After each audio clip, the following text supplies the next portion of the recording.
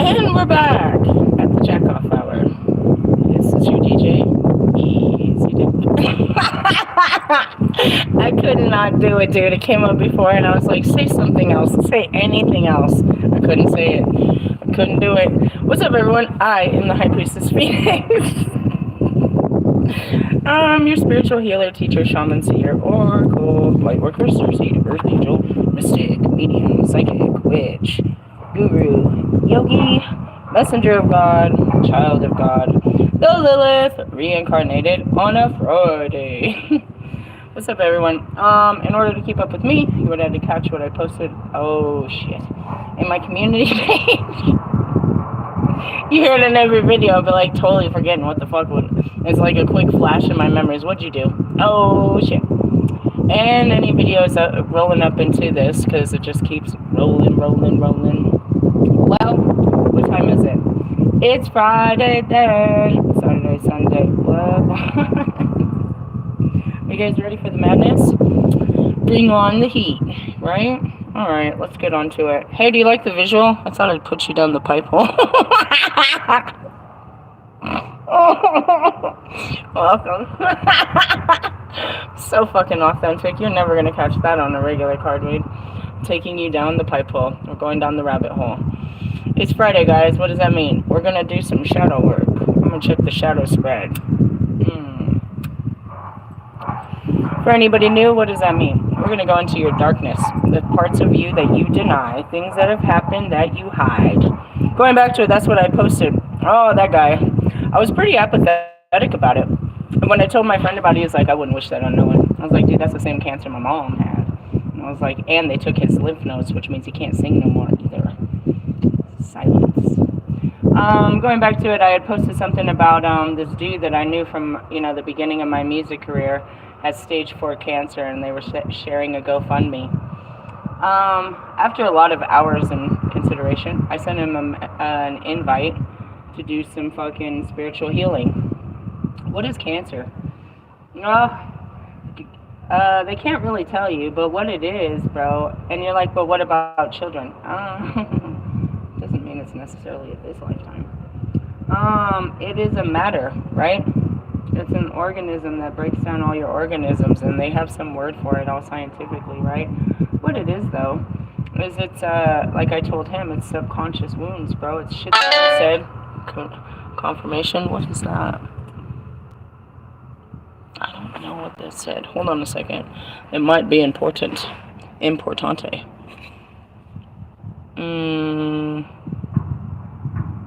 Okay, it's not that important. It's important, but not that important. Anyway, so what happens is you start holding in all this shit, bro. And this invisible shit that you hold in turns into something very visible, and it starts eating you up from the inside out. Right? I've said this many times. So you could go to chemo, and you can go to all these things and stuff, and they can maybe, during this process of not just, lasering it out or however they do it nowadays, whatever. The whole point is like, how do you keep it from spreading? How do you keep it, you have to deal with that. You have to deal with that. Your body is a temple, right? So this particular guy, and I said it, I was like, oh shit, that's his karma. If you knew this guy like I knew this guy, it wouldn't surprise you that his fucking, he has that type of cancer. It wouldn't surprise you if you know God like I know God. So that's what I'm going to try to save you from, is cancer and all kinds of other shit that happens, whether you're going to lose your mind or lose your body. I'm going to try to help you. So we're going to pull out specific cards that are going to trigger parts of you that you don't really look at, that we need to look at. And we're going to have a deep look at it, and we're going to do it's going to kill us, transform us, and we're going to be reborn from it. And we're not going to carry this type of darkness inside of us. We carry a lot of darkness from our experiences. They're called shadows. And we try to act like this shit didn't hurt us, but it really killed us, bro. And it's killing our future, and it's killing our vibe, and it's literally killing our bodies. And so, that's what I do over here. And there's so many reasons of why we do it. That's what we do. It's the highlight of the week, is a Friday. This is usually where I come in and I start telling you my dirty stories. So what happens is these cards are going to trigger me into telling you my shadows. My shadows are supposed to trigger you into looking at your own and having to cry with yourself, finding a way. This is going to resonate somehow in your life, and you're going to look at that area of your life and you're going to let it break. You're going to break it down and let it break you down, and then rebuild from there. That's what I do. Obviously, it's not something exciting. It's not, I'm having a great day. The last thing I want to do is get all sad and pissed off and fucking triggered. But, let's get the work out of the way so we can enjoy another day. Because these things are really just hidden in there, bro. Some of them are really on the surface. Some of them are hidden deep. So we're going to go into it. My newest addition to the shadow spread was this one. We're going to see we're going in alphabetical, or we're going one by one since we just started it. That's usually the way I do things. So let's see what we had. I think the last one we had was what? Oh shit. Was the Kelpie. That was a warning. Now we're going into hell. Lovely. Lovely. And that's just like the Dante's Inferno. And that's Carl Jung, and that's everything. It's like all I can do is warn you. We're going in. We're going in. I turn straight to it. Number 6, acceptance. Things can never stay the same. Change must be accepted. Be flexible. Keep walking through difficult circumstances. Do not stop and get stuck. Acceptance allows you to move on faster. Surrender to what is no longer yours.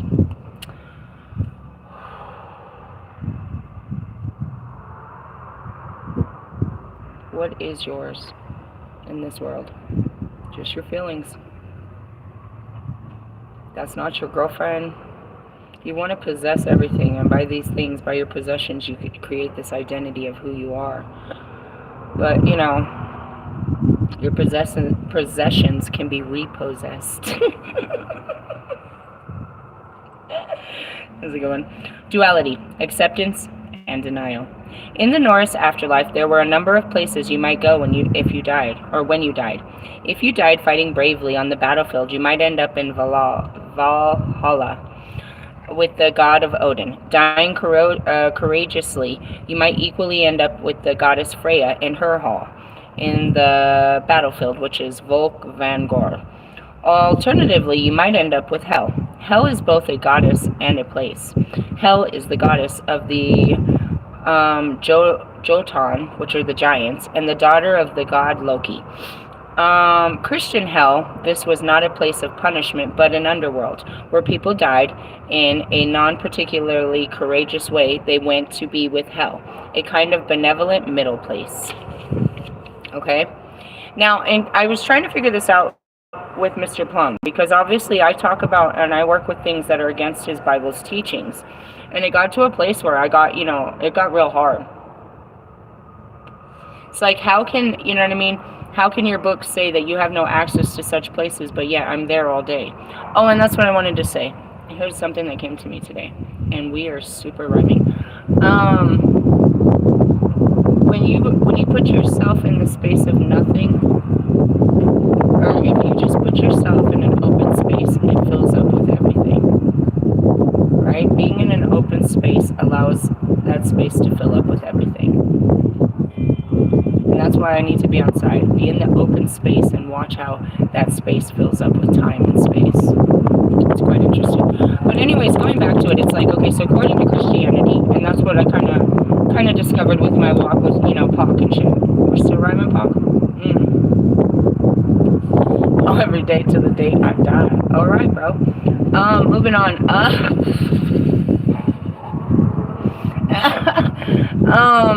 There's the spirit realm, and that's what he says is according to Christianity, you go into a place, Abraham's bosom, where you rest, where the spirit realm is. And then otherwise you are casted until the final judgment, and in the final judgment you're casted into hell or heaven. You're entered into the gates of heaven or into hell. Hey!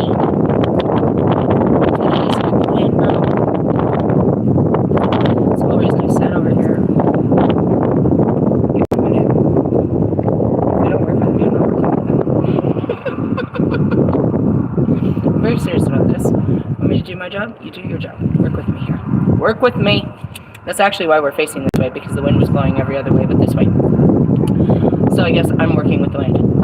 Anyways, It's just a place, a resting place before Judgment Day, right? And that's what I learned is when I got back in the light and in the gates and there's all God's glory of fucking all that bullshit, I couldn't understand why all the spirits weren't there. I could no longer access. And it's like a veil, but it's not.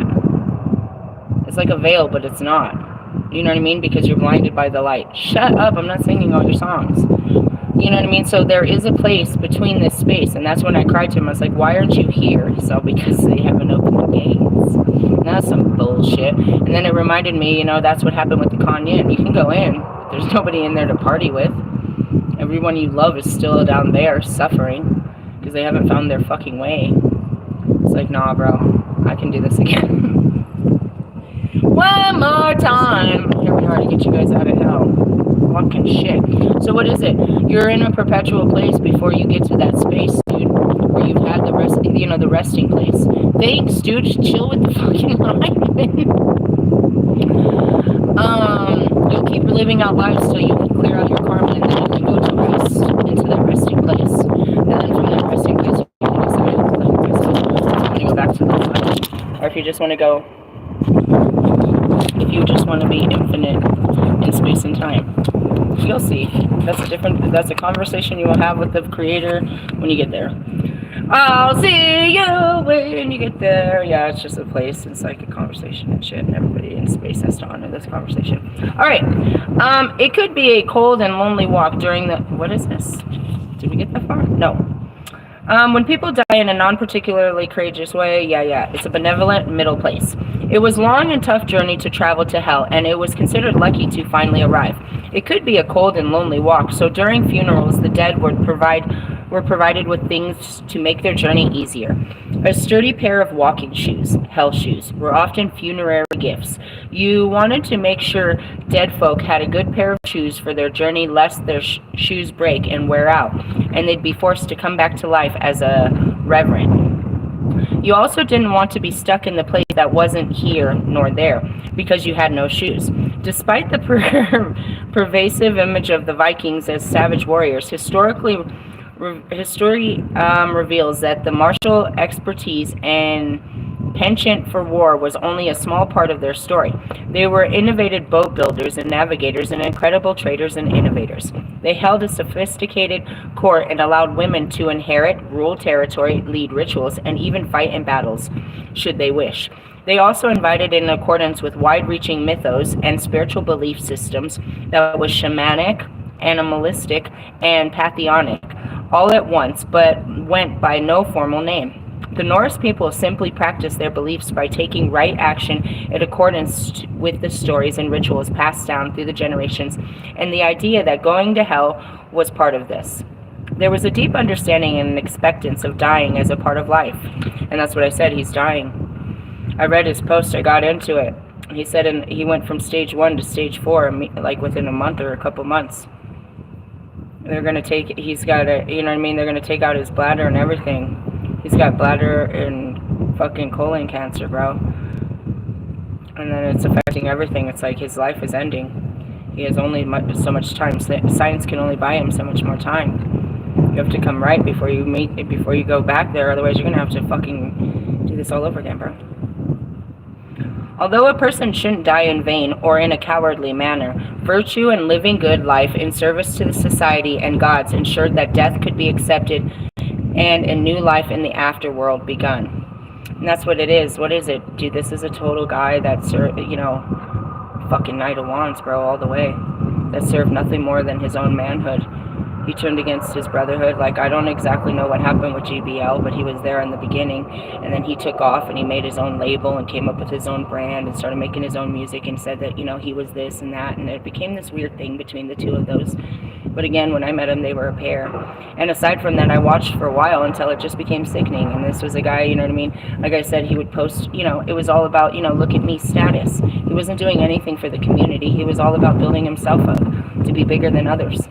And that's why I said in that post, it's like, you bear no fruit, you shall bear no fruit. Your life has served nothing but yourself and your flesh, so now you will feel the pain of your flesh. Truthfully, and what? His dick. He lost his dick. He lost his dick, bro. For sure. That kind of cancer moving through his body, no dick. No sex, no more. You lost your manhood. And then your voice. You tried to be this powerful singer that took your voice too, bro. It's a humbling situation, but if you come from the time that I come from, you know what I mean, Old Testament, before Jesus, Jesus gave you guys a better way, and it was the most beautiful thing, and that's why I myself is, you know, walk in the Christ consciousness. It's, you know what I mean, it's in that promise. But you must be of the Christ consciousness, you know what I mean? You must bear fruit.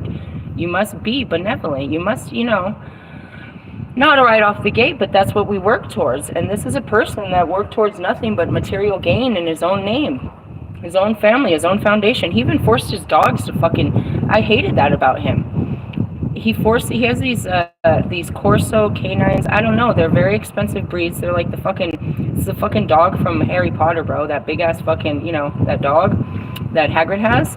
He has them, and he forces them to breed like twice a year, and he sells them for thousands of dollars, and, you know, just all this stuff. There was so many red flags about this guy. And then to see, you know what I mean, that he's dying, it's like, oh, I'm not surprised. You did nothing with this life but squander it for you and your wife. And that's the thing is, dude, this bitch is gonna marry his friend, one of his best friends, the second he's gone, bro. They were like fucking, you know what I mean? Not fool. Maybe they were. You know what I mean? They had open relationships and shit like that, dude. So, like, once he's gone, she'll have a new dude and all this shit, and it's like, this is just crazy to me. I don't know. I see a life played out, and I'm like, wow, what a life. That's life, is what I heard. Anyways, let me say this one more time. Virtue and living a good life in service to society and God ensured that death could come accepted and a new life in the afterworld begun. Planetary companion, or the plant companion, is the crowberry. A crystal companion is a thulite. Never heard of that. On page 27. It's a place. It's neither here nor there. We all die. You're gonna die. Will you come right back? That's the question. And I know many spirits that came right back. Juice came right back. That dude, who's that dude, Takeoff? He came right back, bro, within I don't know. It just, you know what I mean? That's that resting place. How long do you rest before you go and you know what I mean? You face it again. You go back to life. Here comes rest. I come back to life. Are you going to? As what? As what? Let's check our dark goddess feelings. Ah, shit, you scared me, man. Hey, he brought me a gift. How nice. See? The feather. My Morgan's on top. We're battling. He's battling cancer. Everybody's battling something. Battling addictions, battling everything. It's a battle. Life is a battlefield. I'm gonna just check these. These are gonna show us where our dark feelings lie, where we are in our dark feelings. This one is what's coming out right away. Oh, you're in your defense? Defense. Nope, I want another one, Ardia. What do we got? The Morgan, see? We're still in it. In it to win it. I'm not going in it. I'm not getting into it. Let's read some other cards. I'm not getting into it. Why? Because I don't have that book for that particular for us to really get deep into this bullshit. But your defenses are up, and that's probably, whatever. I don't even care. I really pretend like I do, but I fucking really don't want to today. I don't want to care about you. Let's see. I'm going to go into my Dark Moon Lilith and see what our shadow is. We'll do an actual spread out of here. We'll see what's blocking our light. I don't know. The fucking tunnel in front of us. I can see the light ahead. Alright, let's see. Oh god, I saw Scorpio. Oh god, I never want to see that card. I never want to see that card again. What do we got? Aquarius. Honor your individuality. That's where we're lacking right now? Okay. So this has a 3-card spread, 5-card spread, 6-card spread. Our shadow is lacking individuality, number fucking 11. 11. Nope. Alright, let's see here. It's time to let your freak flag fly for the world to see. When Black Moon Lilith is in Aquarius shows up in a reading, it's encouraging you to embrace what makes you unique. It will require you to be brave and unapologetic. True friends and aligned souls will accept you for who you are. Well, I'm a whole fucking freak. You know what I mean? Get freaky. Black Moon Lilith in Aquarius represents revolution and rebellion against status quo. I mean, seriously. Aquarius is a fixed air sign symbolized by the water bearer who pours ascended knowledge out to the collective. Structured Saturn, here comes Saturn Day, and eccentric Uranus are the planetary, they're all in the sky, dude. It was part of that fucking ride on page 22. Planetary rulers of Aquarius. When Black Moon Lilith is in this innovative sign, you can expect radical points of view, transcending societal expectations. This is when Rosa Parks made her stand. Okay, I'm not going to tell her whole story. You should know the story by now. When Black Moon Lilith in Aquarius also can experience feelings of being the black sheep early in their life. In your ancestry or childhood, this natural desire for liberation from the collective could have been shunned. You might have beat to your own drum, even when it may be disliked or feared by others. It is about accepting yourself, quirks and all. Once you do this, those who appreciate you will find your message incredibly healing and uplifting.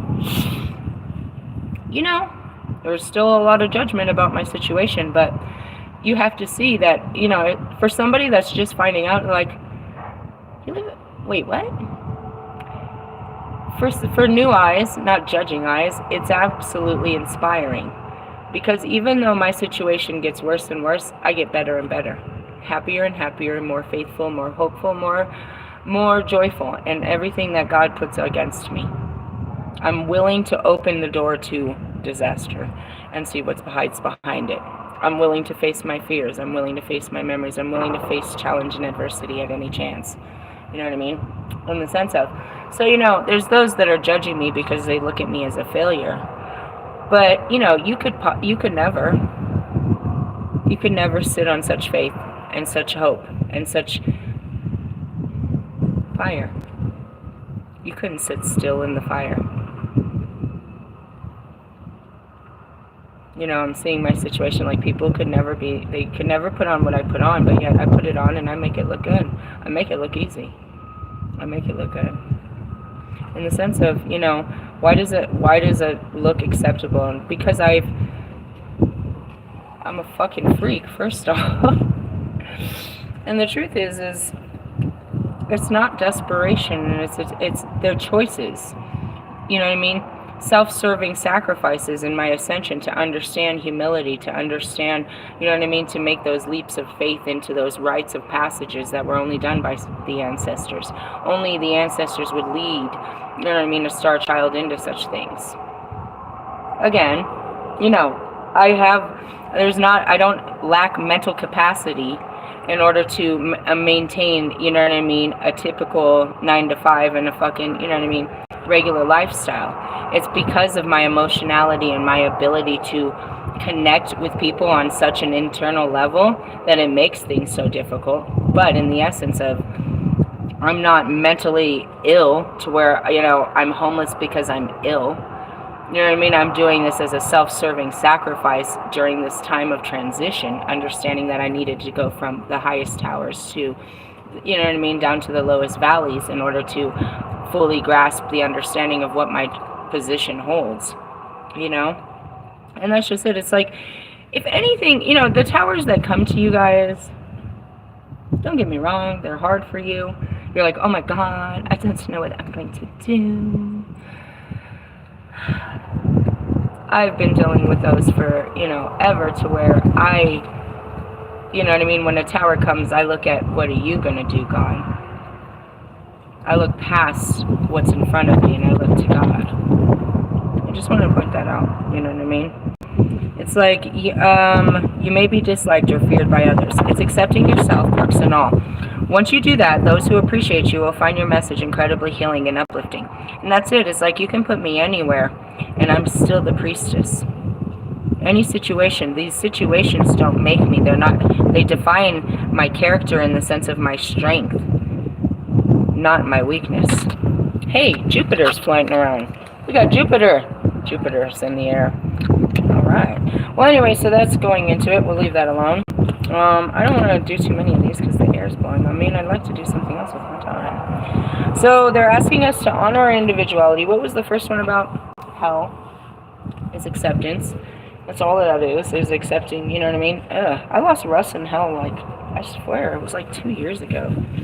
Their first trip into there. We got lost between Falmanach and Hell. Such a crazy stage.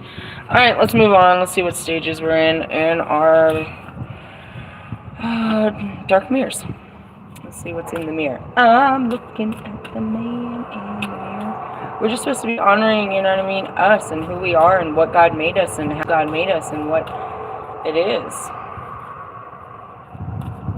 And as far as, you know, yeah, and that's pretty much, you know, what is hell?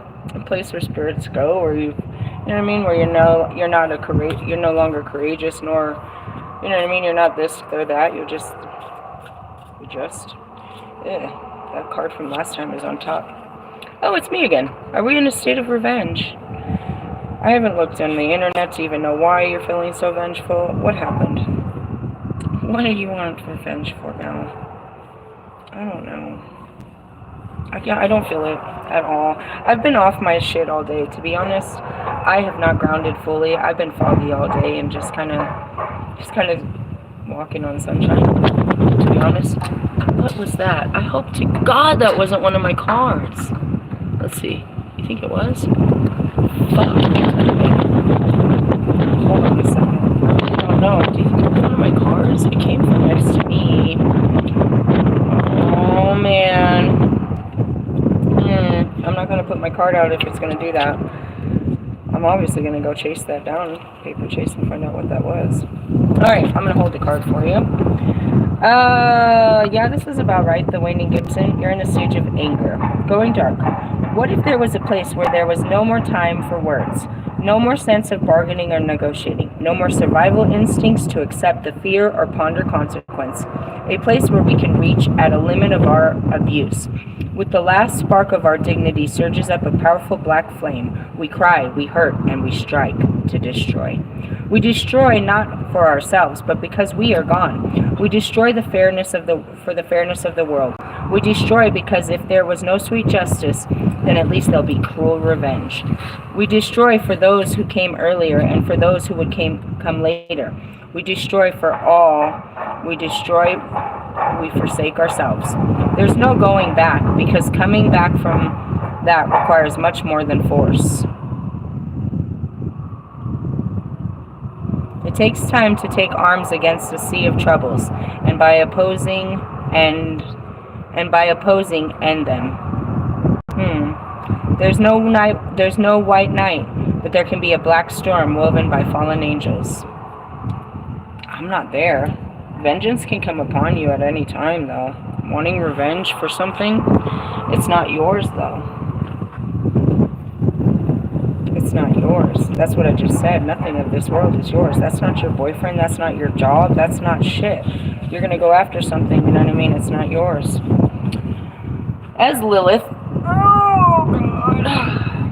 I took vengeance on man because that lifestyle was supposed to be mine. That was supposed to be, I was supposed to rule this world. But I denied it. So I had no right. I had no right to that world that I denied. Whatever you've lost, you've denied it. If you want to take vengeance, I feel like this is going back to twin flames. I'm seeing karmics. Did somebody leave their girl and somebody's mad about it? I'm not the one. Number 1, 2, and 3. But in essence, like, you know, I can't lose something that's not mine. They're not mine. I don't own anything, even down to my children, bro. They're mine in the sense that they own that they carry my, you know what I mean? They carry me with them, and that, you know what I mean? But in the sense of, like, I can't explain this. I don't know how to explain this, bro. But vengeance is you seeking justice for yourself. And there's no justice for yourself, dude. It's just a lesson. It's just a lesson, bro. Whatever justice you're seeking, you're not seeking the lesson.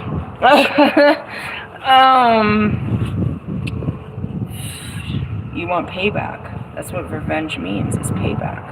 What do you want them to pay for? What is the price for what they've done? What have they done to you that there's a price that must be paid? Who must pay this price for your feelings? Who must pay the price for your feelings? And what's the price for your feelings? It costed your feelings, nothing more. How much are you going to make them pay because you feel bad? I don't know. Let's see where you're at. Ugh, City of the Damned. Okay, you see the picture. I don't want it to blow away. I feel like that might have been one of my cards that blew away. I don't know what it was. Did anybody know what it was? I don't know. It could have been anything. There's a bunch of shit over here. City of the Damned. Oh, Están en Español. It's number 10, right? Yep. As we progress through life, we may often find ourselves out of our depths. While we must not forsake the adventure we are on, we would do well to proceed with an abundance of caution, prioritizing the wisdom and guidance of experts above our own instincts and natural inclinations. We fear what is unknown to us, so tap into your natural curiosity and intellect to learn how you can, or all you can, before making any moves. Abandon hope is a message intended to stop you in your tracks. But when hope is buoyed by experience, you will progress. It's number 10 on page 20. The last one was 11 on page 22. Just noticing the synchronicities. Abandon hope. There's that. Never give up hope. But you've got to follow your spirit. And if your spirit says to go the other way, then you must go the other way and abandon whatever you're pursuing. As far as hope, you can hope your way through, you know what I mean, just about anything. You can hope your way to faith. And that can create, you know what I mean, a new way. But, you know, there's always a way out. And if you can't find a way out, that's because the doors haven't opened for you. You can't force doors open. I mean, you can knock on them and scream and, you know, try to make things, I'm seeing Kanye, try to make people do, you know, submit to your way and your will because, you know, you deserve this, whatever it is on the other side of that door. Or you can just sit in the nothingness that you're in until you learn the lesson. A spiritual timeout is very much a physical timeout. They can't stop your will, but they can stop you from moving. They can't tell you which way to go, but they can limit your options. They can redirect you. And that's what I mean. You're never on the wrong path, but if you can't go anywhere, then that's because you're not supposed to go anywhere. You've been sat down, and you're supposed to sit down and deal with this. So let's look at the cards here. What did we have? We had revenge. You got to deal with your, you know what I mean, you're acting out. We had hell. And really, it was just the belief, you know, if anything to take from that is like, you know, where you want to go in the afterlife. What life, and that's what it is. I don't care who you are and what religion you study. When you're done with this life, what comes next? That's determined on the life you lived here and now. It's period. It's taught everywhere. Those people that choose to be atheists, it's just because they choose to think that their life means nothing. It doesn't matter. They're not nothing. They just choose to live in a reality of no consequence. That's what it is. It's like, I don't have consequence. People lack the idea of consequence. And you do, but it's not the damnation you think. What's worse than coming back and having to do this again? With a worse family, with a worse childhood, with worse, you know what I mean, harder fucking complexities, harder fucking, you know what I mean, barriers to break through to get yourself into, you know, but you'll have different, you know what I mean, that's it. If you didn't learn, and there's many of them that don't, that all their life is here for themselves, then, you know, they're going to have to come back and learn that another way. How does that happen? You watch enough suffering that you want to be part of the healing. You see enough people suffer, you're going to want to help them. Maybe that's it. You know what I mean? He has to suffer to have some compassion. Hey, karma's karma. Learn your lessons, catch your blessings. I will catch you on the next one. Later, skaters.